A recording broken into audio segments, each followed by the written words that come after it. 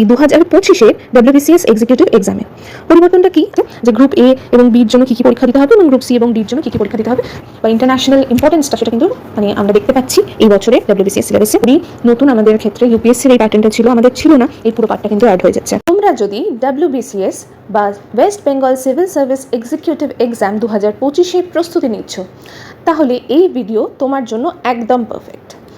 WBPSC নতুন syllabus ও পরীক্ষা পদ্ধতি প্রকাশ করেছে এবং এই পরিবর্তনগুলো তোমার প্রস্তুতির উপর বিশাল প্রভাব ফেলতে পারে। তাহলে দেরি না করে ভিডিওটি শেষ পর্যন্ত দেখো, নইলে গুরুত্বপূর্ণ তথ্য মিস করতে পারো। নমস্কার, আমি সৌমি। বিয়ন্ড বায়োলজিতে তোমাদের স্বাগত। বিয়ন্ড বায়োলজির সদস্য হতে এক্ষুনি সাবস্ক্রাইব করে দাও এই চ্যানেলে, এবং যাদের দরকার এই ধরনের ভিডিও তাদেরকে শেয়ারও করে দিও। পাশে থাকা বেল আইকনটাও প্রেস করে দিও, যাতে সব ধরনের ভিডিও নোটিফিকেশন তোমাদের কাছে পৌঁছে যায়। এখানে একটি বড় পরিবর্তন এসেছে এবং সেই পরিবর্তনটি আমরা দেখতে পাবো এই 2025-এর WBCS এক্সিকিউটিভ এক্সামে। পরিবর্তনটা কি আমি বলে দিই। এখানে দুটি পত্র হবে, মানে পেপার 1 এবং পেপার 2। পেপার 1 হচ্ছে জেনারেল স্টাডিজ এবং পেপার 2 হচ্ছে জেনারেল স্টাডিজ পেপার 2। এটা থাকছে আমাদের প্রিলিমে, এবং কি থাকছে এই পেপার 1 এবং পেপার 2-তে সেটাই আমরা বিস্তারিত জেনে নেব। পেপার 1-এ থাকছে 200টি MCQ কোয়েশ্চেন, পেপার 2-তেও থাকছে 200টি MCQ কোয়েশ্চেন এবং সময় থাকছে 2 ঘন্টা।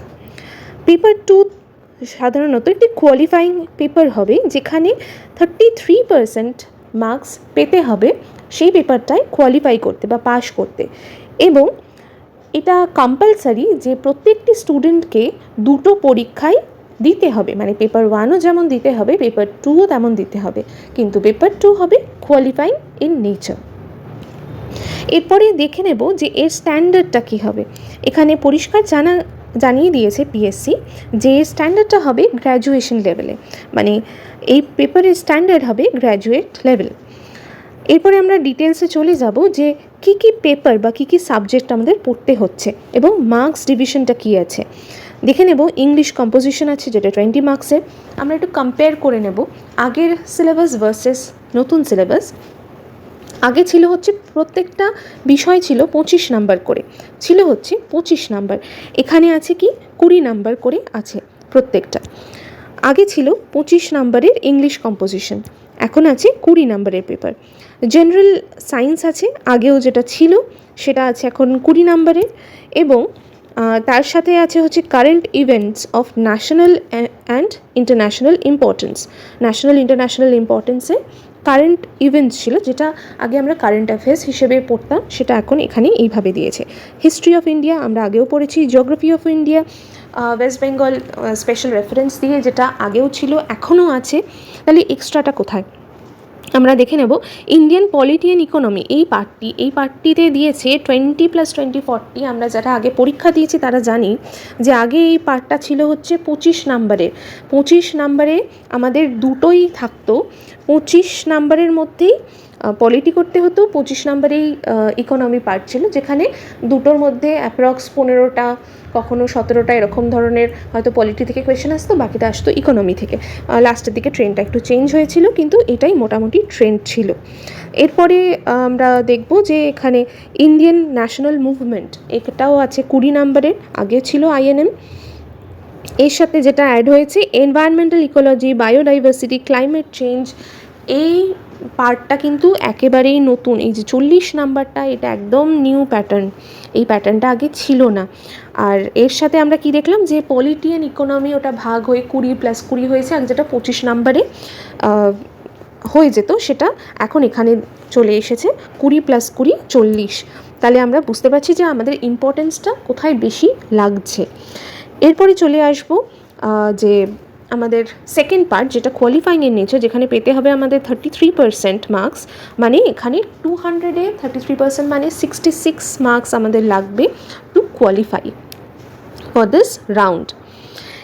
তাহলে আমরা দেখে নেব যে এখানে আমরা কী কী আমাদের সাবজেক্ট থাকছে হচ্ছে কম্প্রিহেনশন। আমরা যদি কেউ ইউপিএসসি দিয়ে থাকি আগে, তাহলে আমরা জানবো যে ওদের কিছু প্যাসেজ দিয়ে থাকে দেওয়া থাকে এবং তার পিছনে কয়েকটা কোয়েশ্চেন্স থাকে, সেটা এমসিকিউ প্যাটার্নের, সেটাকে আমাদের টিক মারতে হয় এবং কোয়েশ্চেনগুলো বেশ ট্রিকি হয়, ভালো করে বুঝে তারপরে উত্তর করতে হয়।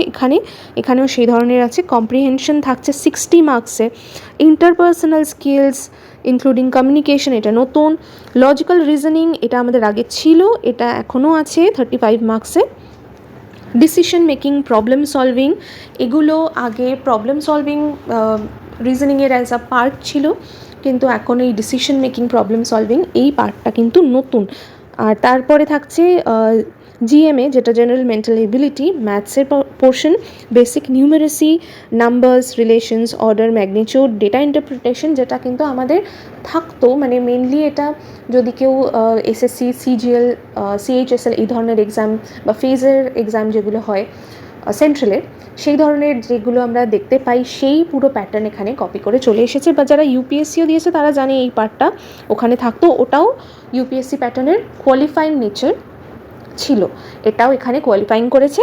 আর এটাতে আমাদের পাস করতে হবে, মানে এটার ওপর বেসিস করে এই যে মার্কসটা, এই 200 মার্কসের ওপর বেসিস করে আমাদের র্যাঙ্কটা তৈরি হবে। র্যাঙ্ক মানে not the final rank, rank for prelims, বা আমরা কোয়ালিফাই করেছি কিনা প্রিলিমসে, এই মার্কসের বেসিসে এটা রেডি হবে, মানে এই পার্ট 1-এর বেসিসে এটা রেডি হবে। তাহলে এইটুকু আশা করছি আমাদের পার্ট 1টা ক্লিয়ার হলো। এখানে এই পার্টটা পরিষ্কার দিয়ে দিয়েছে যে এটা স্ক্রিনিং টেস্ট হিসেবেই প্রিলিমিনারিটা নেওয়া হবে এবং মেন্সের এবং ইন্টারভিউয়ের আমাদের যে মার্কস টোটাল আমরা পাবো সেই অনুযায়ী বেস করে আমাদের ফাইনাল মেরিট লিস্ট ফাইনাল আমাদের তৈরি হবে। সেটা কিসের উপর বেস করে? Mains and interview. বোঝা গেছে? আশা করছি এইটুকু আমাদের ক্লিয়ার। আমি পুরোটা কম্পেয়ার করে বুঝিয়ে দিলাম যে আমাদের ওল্ড সিলেবাসে কী ছিল এবং নিউ সিলেবাসে কী এক্সট্রা আছে। মানে যারা অলরেডি বিসিএসের প্রিপারেশন নিচ্ছ অনেক বছর ধরে বা অন্তত 1 বছর 2 বছর অলরেডি প্রিপারেশন নিয়ে ফেলেছো, তাদের কী কী এক্সট্রা জিনিস আমাদের কভার করতে হচ্ছে এবং কতটা, মানে পুরোটাই কি আমরা ওল্ড সিলেবাস বাদ দিয়ে করবো? না, একদমই না, ওটাই আমাদের বেস এবং ওর সাথে এক্সট্রা কী কী জিনিস আমাদের করতে হবে সেটাই আমরা এখন দেখে নিলাম। এবারে চলে যাব মেন্স এক্সামে। মেন এক্সামে কী কী আছে? মেন এক্সামে একটি রিটেন এক্সামিনেশন হবে এবং তারপরে থাকবে পার্সোনালিটি টেস্ট। এবং আমরা জানি যে এতদিন যাবৎ যা হয়ে এসেছে ডব্লিউবিসিএসে সেটা ছিল এমসিকিউ প্যাটার্ন। মেন্সেও আমরা দিয়েছি এমসিকিউ প্যাটার্ন, কিন্তু এবারে থাকছে রিটেন এক্সামিনেশন। এবং রিটেন এক্সামিনেশনে কটা পেপার থাকবে? টোটাল 10টা পেপার থাকবে। কনভেনশনাল টাইপ, মানে লিখিত পরীক্ষা হবে, 10টা পেপারটাই লিখিত হবে এবং তার মধ্যে 10টার মধ্যে প্রথম দুটো পেপার হচ্ছে পেপার এ এবং থাকছে পেপার বি। পেপার এ থাকছে বাংলা, যেটা থাকছে 300 মার্কস এবং তার সময় থাকবে 3 ঘন্টা, এবং ইংলিশ পেপারটাও থাকবে 3 ঘন্টার 300 নম্বরের। এবং এই দুটো পেপার কিন্তু আবার বলছি কোয়ালিফাইং ইন নেচার, এইটা কিন্তু একদমই মেন মার্কসে অ্যাড হবে না, কিন্তু এই দুটো পেপারে পাশ করাটা বাধ্যতামূলক। পাশ না করলে কিন্তু বাকি তুমি যতই বাকি পেপারগুলো ভালো দাও সেগুলো কাউন্টই করা হবে না এই দুটো পেপার পাশ না করলে। তো ওই বাকি যে পেপারগুলো আছে 10টার মধ্যে বাকি 8টা পেপার কিন্তু মার্কস হিসেবে কাউন্ট হবে। এবং এর সাথে বলে রাখা ভালো যে পেপার 1 টু পেপার 8 এই পেপারগুলোকেই কাউন্ট করা হচ্ছে for group A and B, এবং গ্রুপ সি এবং ডি এর জন্য পেপার 1 টু পেপার 6 কাউন্ট করা হবে, কারণ পেপার 7 এবং পেপার 8 এই দুটো পেপার হচ্ছে অপশনাল পেপার। এই দুটো পেপার হচ্ছে অপশনাল পেপার, যে তোমার যাই অপশনাল থাকুক, সেটা ইংলিশ হতে পারে, বাংলা হতে পারে, হিস্ট্রি হতে পারে, জিওগ্রাফি, জুলজি, অ্যানথ্রোপোলজি, যেগুলো খুব কমন আমাদের অপশনাল পেপার হয়। তারই কটা এক্সাম্পল দিলাম। আমরা এটা নিয়ে ডিসকাস করব অবশ্যই যে কী কী পেপার আছে। তো আমরা আরেকবার বলে নিই যে সবার জন্য, মানে এ বি সি ডি সব গ্রুপের জন্য it is compulsory to attempt paper 1 to paper 6, এবং পেপার 7 এবং 8 হচ্ছে compulsory for A and B group. এটা আশা করছি ক্লিয়ার হয়ে গেছে। এরপর আমরা চলে যাব যে কী কী টপিক আছে। পেপার এতে কী কী আছে, পেপার বিতে কী কী আছে, কী কী টপিক আমরা পাবো, যেটা বাংলায় আমাদের দিতে হবে সেখানে letter writing, drafting, precis writing, comprehension, translation. এটা অনেকটাই আমাদের মেন্সের যে ইংলিশ বাংলা ছিল তারই মতন। ইংলিশে কী কী আছে, ওই একই comprehension, precis, vocabulary, letter writing, drafting, এগুলো যা যা আগে আমাদের ছিল তাই আছে। এবার এক্সট্রা কী কী থাকবে সেটা আমরা দেখে নিই, যে পেপার ওয়ানে কী আছে। পেপার ওয়ানে আবার থাকছে ইংলিশ এসে। যদি কেউ ইউপিএসসির মেন্স দিয়ে থাকো বা প্যাটার্নটা যদি দেখে থাকো, অবশ্যই বুঝবে যে এই প্যাটার্নটা ওখান থেকেই নেওয়া।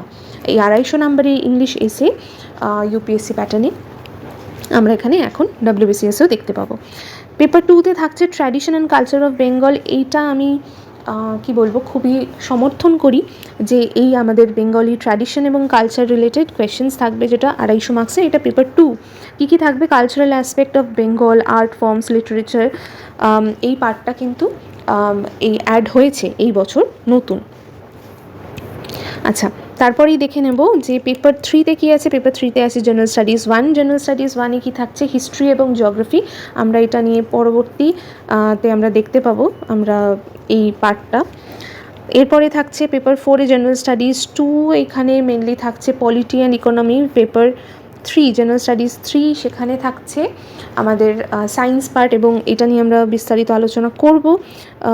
জেনারেল স্টাডিজ 4-এ কী থাকছে সেটাও থাকছে 250 নম্বরে। আমরা এটা আস্তে আস্তে ডিসকাস করে নেব। তাছাড়া থাকছে অপশনাল পেপার 1 and 2, যেটা 250 নাম্বার। এই পুরো যে পেপারগুলো সেটার টাইম ডিউরেশন থাকছে কিন্তু 3 আওয়ার।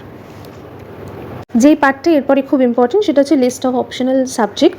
এটা নিয়ে আমি বিশেষ কিছু বলছি না, কারণ আমরা জানি এই অপশনাল সাবজেক্টসগুলো আগেও আমাদের দিতে হতো, সেটা এইবারও দিতে হচ্ছে। এর সাথে এখানে কোডগুলো মেনশন করে দেওয়া আছে, বেঙ্গলি, হিন্দি, সংস্কৃত যাদের যা আছে সেটা এখান থেকে তোমরা দেখে নিতে পারবে। তা আমি এখানে বিশেষ সময় নষ্ট করছি না। এখানে শুধু একটা জিনিস মেনশন করে দেবো, এটা কনভেনশনাল টাইপ। আগেও কিন্তু আমাদের অপশনাল পেপার এমসিকিউ ছিল না, ওখানে আমাদের লিখতে হতো, এখনও সেটা লিখতে হবে। তো এখানে কনভেনশনাল যে পেপারটা সেটার কম্পালসারি পেপার। এই যে এর স্ট্যান্ডার্ডটা কী হবে, এটা হচ্ছে গ্র্যাজুয়েট লেভেলে কোয়েশ্চেন আসবে। আমাদের যার যেটা সাবজেক্ট ছিল, বা যদি অন্য কেউ সাবজেক্ট নিতে চাও সেই ক্ষেত্রেও যেই কনভেনশনাল গ্র্যাজুয়েট লেভেলে যা যা বই পড়তে হতো বা যেই লেভেলে পড়াশোনা করতে হতো সেই একই লেভেলটা থাকছে।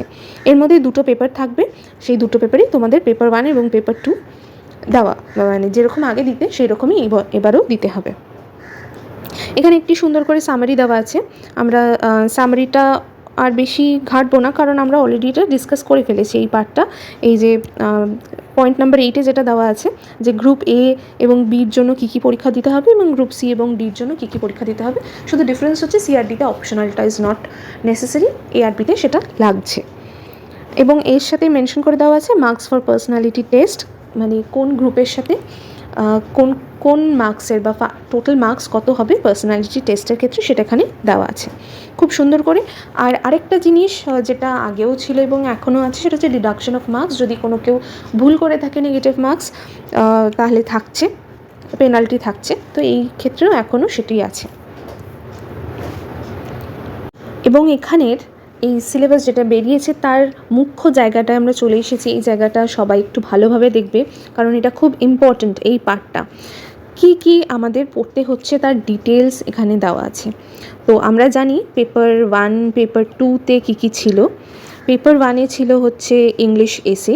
তো সেখানে কী কী বিষয়ে ইংলিশ এসেটা থাকবে, সেখানে থাকবে হচ্ছে বিভিন্ন যে কোনো কমন টপিকে হতে পারে, সেটা ন্যাশনাল ইন্টারন্যাশনাল ইম্পর্টেন্সের ওপর হতে পারে। এখানে কি দেওয়া আছে, right essay on multiple topic.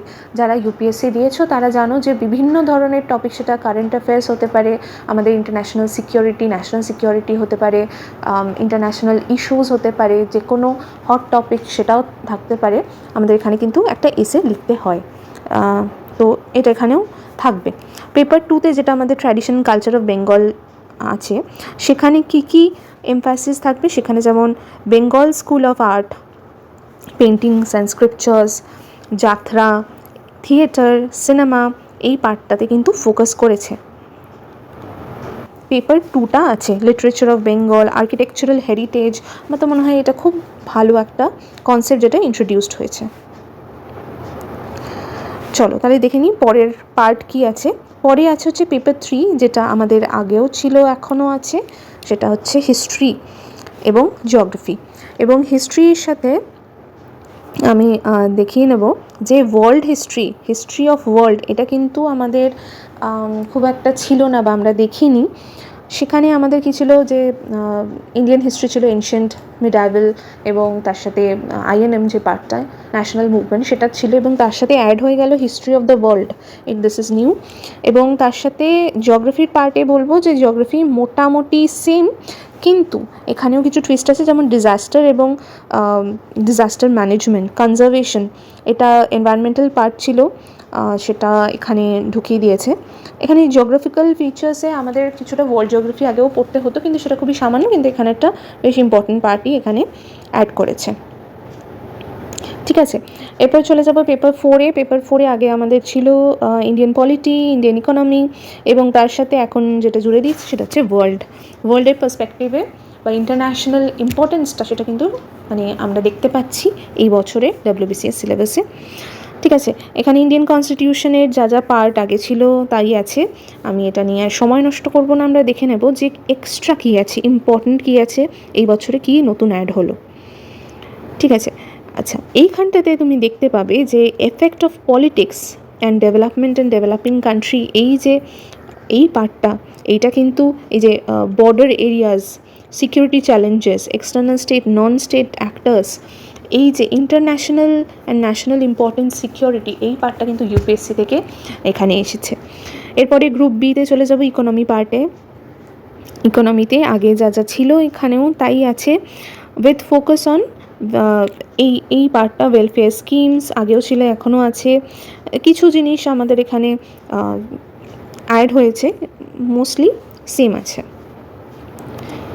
কারণ এটা বুঝতে হবে যে ইকোনমি আমরা সবসময় ইকোনমি তো তুমি ইন্ডিয়ার মধ্যে বা ওয়েস্ট বেঙ্গলের মধ্যে লিঙ্ক করতে পারবে না, মানে আমরা অলরেডি ওয়ার্ল্ড ইকোনমি পড়ছি, তবেই মানে economy is connected. Foreign expenditure, ইন্ডিয়ার সাথে ফরেন রিলেশন, এটার উপর ইকোনমিতে খুব এফেক্ট করে, তাই আমরা সবসময় সেই পার্সপেক্টিভ থেকেই দেখেছি। আচ্ছা, একেবারেই নতুন বা বেশ একটু চ্যালেঞ্জিং একটা পার্ট যেটা, সেটা হচ্ছে পেপার 4, বলা ভুল হয়ে গেল, পেপার 5। ঠিক আছে, পেপার 5 এখানে নতুন কি আছে, যে Indian society development in science technology in India, এটা কিন্তু নতুন। হ্যাঁ, এই পার্টটা কিন্তু আগে আমরা খুব একটা দেখিনি, বা আমাদের ওয়েস্ট বেঙ্গল সিভিল সার্ভিসে কিন্তু এই পার্টটা একদমই ছিল না। ঠিক আছে, এই পার্টটা কিন্তু একদম থাকছে এই পার্টে। এখানে থাকছে যেমন salient features of Indian society, diversity, women empowerment, social empowerment, এই যে কমিউনালিজম, রিজিয়নালিজম, সেকুলারিজম, এই পার্টটা, globalisation of Indian society, NGO, এসএইচজিস, ডেভেলপমেন্ট অ্যান্ড এক্সট্রিমিজম, এই পার্টটা কিন্তু একদমই নতুন, এই পুরো পার্টটাই কিন্তু নতুন। এবং তার সাথে সায়েন্স অ্যান্ড টেকনোলজি আমাদের ছিল, কিন্তু তার সাথে অ্যাড হয়ে গেছে যে space, computer, robotics, artificial intelligence, এগুলো কিন্তু খুব স্মল পার্ট ছিল, যেটা কিন্তু একটা টোটাল পেপার হয়ে গেছে, যেটা পেপার আমাদের 5, জেনারেল স্টাডিজ পেপার 3। তো এটা বুঝতে হবে যে এর ইম্পর্টেন্সটা অনেকটা ইনক্রিজ করে গেছে। এছাড়া পেপার 6-এ থাকছে জেনারেল স্টাডিজ পেপার 4, যেটা এথিক্স, ইন্টিগ্রিটি, অ্যাপটিটিউড। এই যে পেপার 5, পেপার 6, এটা কিন্তু পুরোপুরি নতুন আমাদের ক্ষেত্রে, ইউপিএসসির এই প্যাটার্নটা ছিল, আমাদের ছিল না, এই পুরো পার্টটা কিন্তু অ্যাড হয়ে যাচ্ছে। ঠিক আছে, এখানে দেখে নেবে, এর যেহেতু পুরোটাই নতুন, আমি আর নতুন আর কি বলবো, যে এটার সাথে কি কম্প্যারিজন, এই পুরোটাই হচ্ছে নতুন পার্ট। দেখে নেবে ভালো করে, যাদের সামনে পরীক্ষা আছে অবশ্যই তো দেখতেই হবে। ইন্টারেস্টিং ফ্যাক্টর এই যে গ্রুপ বিতে একটা জিনিস মেনশন করে দিয়েছে, case studies on above issues, মানে এটা জাস্ট তুমি যে থিওরিজগুলো পড়ে নেবে, দেন সেটা গিয়ে ওখানে কোয়েশ্চেন বেস লিখবে, সেটা নয়। এই রিলেটেড যত কেস স্টাডিজ আছে, মানে সেটা সোসাইটির ওপর, ই গভর্নেন্সের ওপর, বা যে কোনো সিভিল কেসেসের ওপর, সেটার ওপর যত কেস আছে, কেস স্টাডিজ কিন্তু করতে হবে। এবং লাস্টলি এখানে খুব সুন্দরভাবে একটা জায়গায় পেপার 7 এবং 8-এর কথা বলা আছে, যেটা optional paper, will remain same as exist now, মানে টিল নাও যা যা পেপার ছিল, যেরকম ছিল সিলেবাস সেই রকমই থাকবে। তার মানে এটা নিয়ে দুশ্চিন্তার কিছু নেই যে অপশনাল পেপারে তার মানে সিলেবাস কী, মানে syllabus will remain the same, যেটা অলরেডি ছিল সেটাই আছে। এরপরে এখানে একটা ইম্পর্টেন্ট ফ্যাক্টর মেনশন করেছে, যেগুলো কম্পালসারি পেপার, সেখানে যেগুলো 10 মার্কসের যদি যে কোয়েশ্চেন্সগুলো থাকে সেখানে 150 ওয়ার্ডস লিমিট বেঁধে দিয়েছে। মানে 150 ওয়ার্ডস মানে বুঝতেই পারছো যে খুব ক্রিস্প লিখতে হবে, সেই উত্তরগুলো যেন তথ্যবহুল হয়, ইনফরমেটিভ হয়, এবং আনসার্সগুলো যেন ক্রিস্প হয়, টু দ্য পয়েন্ট হয়। মানে যেইটুকু চেয়েছে আমি লিখে গেলাম গরুর রচনা মতো, ওইরকম করলে কিন্তু হবে না, ইট ওয়ন্ট ক্যারি মার্কস। তো তারপরে হচ্ছে যেগুলো 15 নাম্বারের প্রশ্ন থাকে, 10 নাম্বারের জন্য হচ্ছে 150 ওয়ার্ডস, এবং 15 মার্কসের কোয়েশ্চেনের জন্য 250 ওয়ার্ডস ম্যাক্সিমাম। ঠিক আছে, তাহলে সেই বুঝে আমাদের প্রিপারেশনটা নিতে হবে। খুব সুন্দরভাবে এখানে একটি সামারি করে দেওয়া আছে যে কত মার্কস কোন কোন পেপারে আছে, আমরা যেটা অলরেডি ডিসকাস করেছি, তাই এখানে আমি আর সময় নষ্ট করছি না, এটা তোমরা খুব ভালোভাবে দেখে নিতে পারবে, চাইলে স্ক্রিনশট নিয়ে নাও। এবং পুরোটা কম্পেয়ার করে এখানে বুঝিয়ে দেওয়া আছে যে টোটাল কত মার্কসে কোন গ্রুপের জন্য কাকে পরীক্ষা দিতে হবে, সেটা এখানে টোটালে দেওয়া আছে। পার্সোনালিটি মার্কস কত, টোটাল মার্কস কত, অপশনাল সাবজেক্ট পেপার 1 পেপার 2তে কত মার্কস এবং টোটালে কত। এবং শুধু ভাববে না যে এটাই হচ্ছে আলটিমেট, এর সাথে আরও দুটো কিন্তু পেপার দিতে হচ্ছে, পেপার এ এবং পেপার বি। ঠিক আছে, পেপার এ ছিল বাংলা এবং বাংলা বা নেপালি যার যে সাবজেক্ট, এবং বি হচ্ছে ইংলিশের ক্ষেত্রে। সেই দুটো যেহেতু কোয়ালিফাইং ইন নেচার তাই এখানে দেওয়া হয়নি, মার্কস এটাই থাকছে, কিন্তু পরীক্ষা কিন্তু আরও দুটো দিতে হবে। এছাড়া ফার্স্ট স্টেপে ছিল প্রিলিমিনারি এক্সাম, সেটাও ছিল কোয়ালিফাইং ইন নেচার। আশা করছি তোমরা এই ভিডিওটি ভালোভাবে বুঝে গেছো, এবং যদি কোনো ডাউট এই সম্বন্ধে থেকে থাকে, বা অপশনাল পেপার নিয়ে যদি কারো কোনো বক্তব্য থাকে, বা আরও ডিটেলসে কিছু জানার বাকি রয়ে যায় তোমার মনে হয়, তো অবশ্যই আমাকে জানিও, কমেন্ট সেকশনে কমেন্ট করে দিও, তোমার রিপ্লাই আমি অবশ্যই দেবো।